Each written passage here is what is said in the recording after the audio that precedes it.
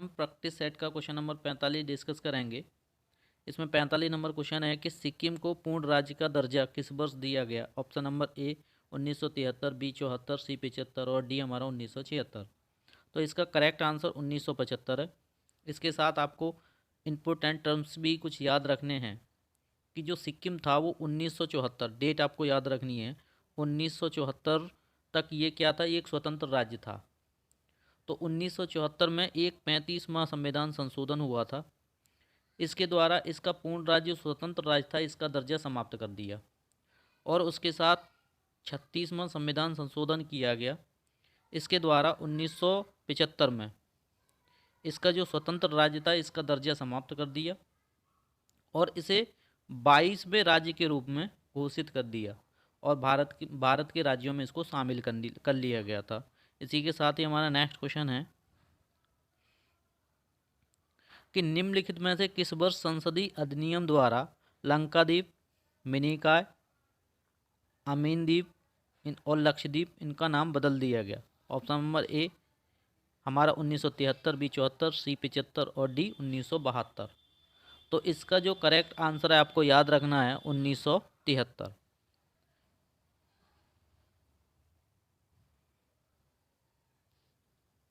निम्नलिखित में से किस राज्य को अनुच्छेद 239 का और 240 में संशोधन के बाद बनाया गया था। अरुणाचल प्रदेश, उत्तराखंड, सिक्किम, छत्तीसगढ़। तो इसका जो करेक्ट आंसर है वो अरुणाचल प्रदेश है। अगर इसकी डिटेल देखें तो ये 1972, ये डेट आपको याद रखनी है। 1972 में इसे नेफा के नाम से जाना जाता था। 1972 में इसका नाम क्या था, नेफा। इसके साथ 1972 से 1975 में इसे केंद्र शासित प्रदेश का दर्जा दिया गया था। 72 से 1975 के बीच में इसे केंद्र शासित प्रदेश के रूप में घोषित कर दिया गया था। लेकिन 1901 और डेट याद रखनी है आपको, 1986।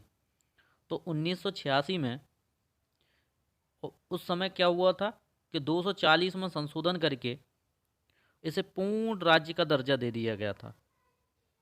इसी के साथ हमारा नेक्स्ट क्वेश्चन है कि भारतीय संविधान में नागरिकता का प्रावधान है कब लागू हुआ था।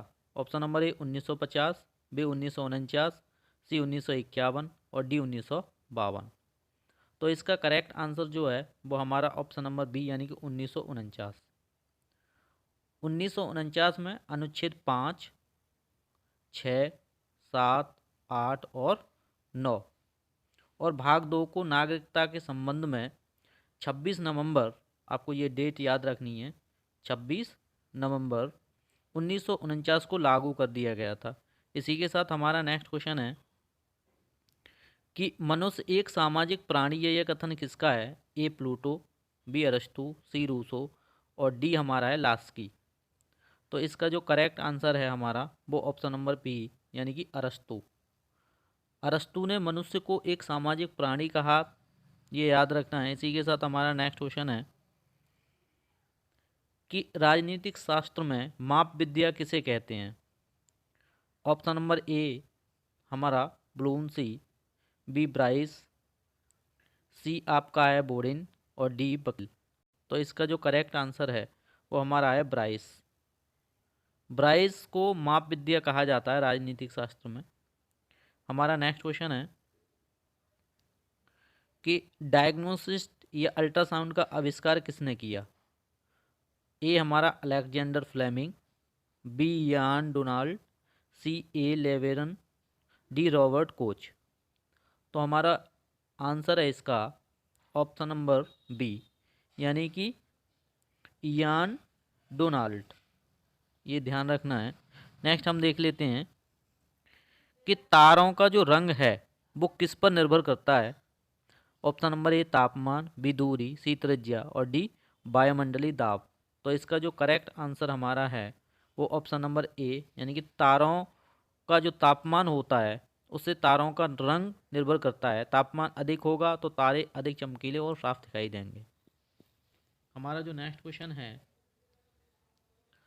कि किसी तरंगदैर्ध्य की तीव्रता निम्नलिखित में से किसके अनुक्रमानुपाती होती है। ऑप्शन नंबर ए आयाम, बी आयाम के वर्ग, सी आयाम के वर्गमूल और डी आयाम के घन। तो इसका जो करेक्ट आंसर है वो हमारा ऑप्शन नंबर बी, आयाम के वर्ग के अनुक्रमानुपाती होती है।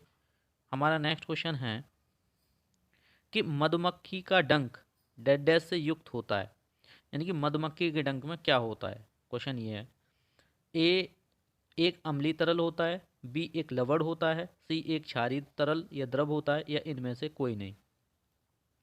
तो आपको याद रखना है कि जो मधुमक्खी का जो डंक होता है, इस डंक में अम्ल होता है, यानी कि ऑप्शन नंबर इसका क्या हो गया, ए। अगर अम्ल की बात करें तो ये आपको याद रखना है, उसके डंक में फॉर्मिक एसिड होता है। क्या होता है, फॉर्मिक अम्ल। इसी के साथ हमारा नेक्स्ट क्वेश्चन है, हीमोग्लोबिन निम्नलिखित में से किसके प्रति अधिक आकर्षण प्रकट करता है। Option number A SO2, B CO2, C हमारा CO, डी है NO2। तो इसका करेक्ट आंसर है ऑप्शन नंबर सी। जो हीमोग्लोबिन होता है वो कार्बन मोनोऑक्साइड से ज़्यादा विक्रिया करता है और एक स्थायी तत्व बनाता है। ये ऑक्सीजन या कार्बन डाइऑक्साइड इनकी अपेक्षा लगभग 300 गुना CO2 के साथ, आपको याद रखना है 250 से 300 गुना अधिक स्थायी तत्व बना देता है, जिससे कोई भी व्यक्ति ऑक्सीजन सप्लाई नहीं कर सकता उसका शरीर, और इसके कारण उस व्यक्ति की क्या हो जाती है, मृत्यु। इसी के साथ देखते हैं हमारा जो नेक्स्ट क्वेश्चन है कि सिरके का रासायनिक नाम क्या है। तो जो सिरके का ऑप्शन नंबर ए, इसमें एसीटोन, बी एसिटिक अम्ल, सी फॉर्मेल्डिहाइड और डी हमारा है एथेनॉल। तो इसका जो करेक्ट आंसर है वो हमारा है एसिटिक एसिड। अगर फार्मूला की बात करें तो इसका फार्मूला होता है CH3COOH। इसे एसिटिक एसिड बोलते हैं। एसिटिक एसिड का 5 से लेकर 10% डाइल्यूट विलयन, यानी कि अगर इसमें 5% एसिटिक एसिड ले लें और 90% और 95% क्या ले लें, पानी ले लें, तो इसका विलयन ही हमारा सिरका कहलाएगा। और आपको ये सारी डिटेल याद रखनी है। नेक्स्ट हमारा पॉइंट है क्वेश्चन कि अनिद्रा के लिए किस चिकित्सकीय शब्दावली का प्रयोग किया जाता है। ऑप्शन नंबर ए नींद में चलना, बी अनिद्रा, हमारा सी है मतिभ्रम और डी है नाइटिन्यूरिया। तो इसका जो करेक्ट आंसर है वो हमारा है ऑप्शन नंबर बी, अनिद्रा। अनिद्रा के बारे में आप जानते ही हो, कोई भी जो व्यक्ति है उसे नींद का अभाव रहे, यानी कि उसे अच्छे से नींद नहीं आए।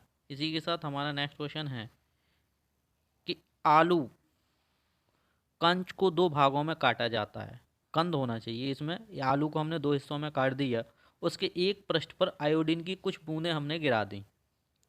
तो बूंद गिराने के बाद आयोडीन जो कलर चेंज करता है वो किस प्रकार का होगा, भूरे से नीला हो जाएगा, भूरे से नारंगी हो जाएगा, भूरे से गुलाबी हो जाएगा, या भूरे से नीला हरा हो जाएगा। तो इसका जो करेक्ट आंसर हमारा है, भूरे से कैसा हो जाएगा, नीला। आपको याद रखना है कि आलू में क्या होता है, स्टार्च या कार्बोहाइड्रेट होता है, और ये जब आयोडीन से अभिक्रिया करता है तो भूरे या भूरे से नीले रंग का कन्वर्ट हो जाता है। ये आपको याद रखना है, नीला या इसको बोल सकते हो काला दे रखा है, कैसा हो जाएगा, भूरा, नीला या काला हो जाता है। ठीक है। इसका एक और आपने सिंपल सा उदाहरण देखा होगा अपनी लाइफ में, कभी आपको चोट लग जाती है और डॉक्टर उस पर एक पट्टी के साथ कुछ सॉल्यूशन लगा देता है, उस पर जैसे ही पानी गिरता है पट्टी के ऊपर तो उसका जो कलर पीला था उससे कैसा हो जाता है, काला। तो ये उसी स्टार्च की वजह से होता है, क्योंकि पट्टी में क्या होता है, स्टार्च, और उस पर आयोडीन सॉल्यूशन लगा होता है, तो जल के संपर्क में आते ही पट्टी कैसी हो जाती है, काली। तो ये भी आयोडीन का ही प्रभाव होता है।